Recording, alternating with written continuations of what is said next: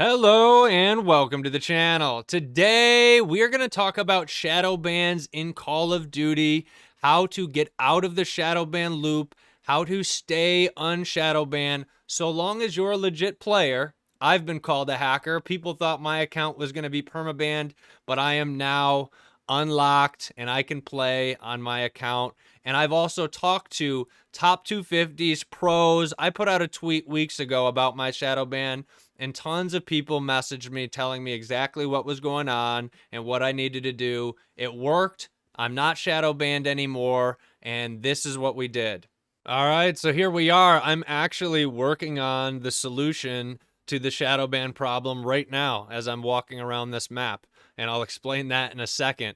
But the problem revolves around where Call of Duty's at. We have as many hackers or more potentially than there were at peak Verdansk when there was no anti-cheat and when rage hackers were just roaming. And it's put Call of Duty in a tough spot because clearly the hackers are winning versus Ricochet. Everybody knows that. And it's a big problem. So after going through 3 shadow bans myself and talking to hundreds of people in the community, and some of the ones are at the top echelon, top players in the game that are playing every day. I've talked to all these people, and it's pretty clear what's happened. Call of Duty hasn't been able to combat the cheaters. So what they've done is they've changed the report threshold. Your account basically is assigned a trust score.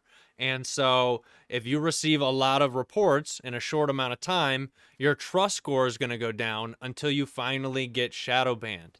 So the way around it is to do what I'm doing right now. I'm actually in a plunder match, and I'm just running around not killing anyone, because the more game time you get, okay, with no reports, the less likely you are to be shadowed. That's unfortunately where the system is right now. It wasn't like this prior. When the anti-cheat was getting more of the hackers out, okay, the report threshold wasn't like this, and people weren't getting shadow banned as frequently. It was still happening in the past, just way less people were affected. So right now, if you're logging on the game and you're dropping 30 kill, 30 kill, 30 kill, 30 kill, 30 kill, you could be shadow banned in a few matches. Okay. Now, if you have a long standing account like I did since Verdansk, it might take you a while of dropping really big games for your trust score to get to a point where you're shadowed. So you can maybe last longer, but no account is safe.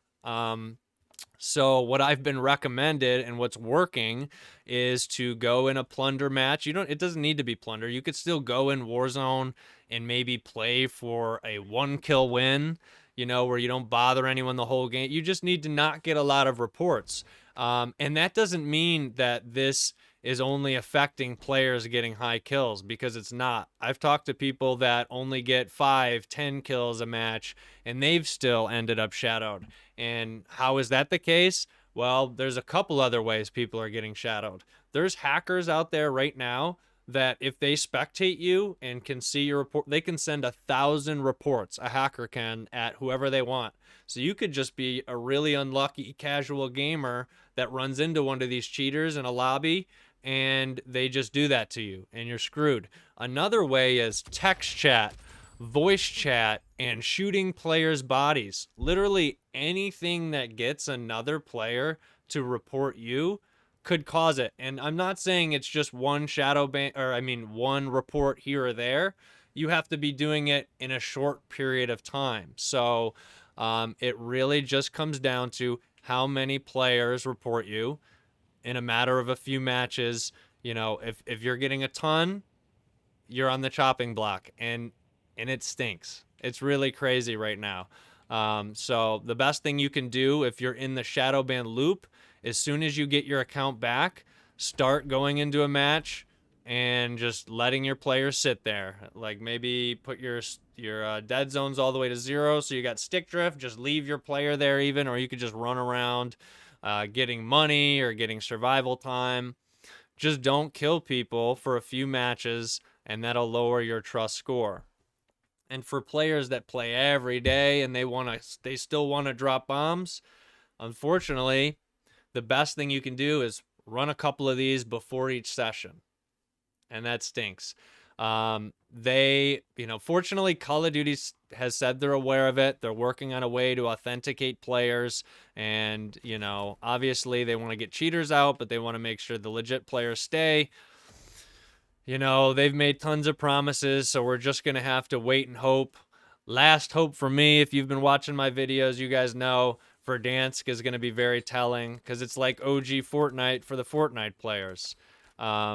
It's a big time. Call of Duty can make a ton of money and bring a lot of players back. Even if you just think of them as a business, which they definitely are, that business should want to make money. And they certainly can on Verdansk if they drop it in even a playable, decent form. So we're just going to have to stay fingers crossed for that. My account, thankfully, my main account, there's been a lot of people out there that think shadow bans mean you're hacking. My account is free and clear, and that's what I'm going to be running on in my YouTube stream tomorrow. We have a bunch of videos coming up, but I wanted to put this one out for all the people that are dealing with shadow bans, are in the loop. This is the best we got. You want to get your account trust score to a good spot by getting as few reports as you can. You can still have really good games. Let me make that clear at the end of this. I've still dropped 30 bombs since my shadow ban, but I've mixed in games where I know people aren't reporting me, where I'm going for the win and I'm not going for kills, or I'm throwing myself in a plunder so I can get game time without reports. That's really all it comes down to, and I wanted, everyone out there to know, because this game's in a tough spot. That's enough to make you not want to play. I don't blame people for not playing, but for the ones that love COD and are waiting till Verdansk to see what happens, this is the way.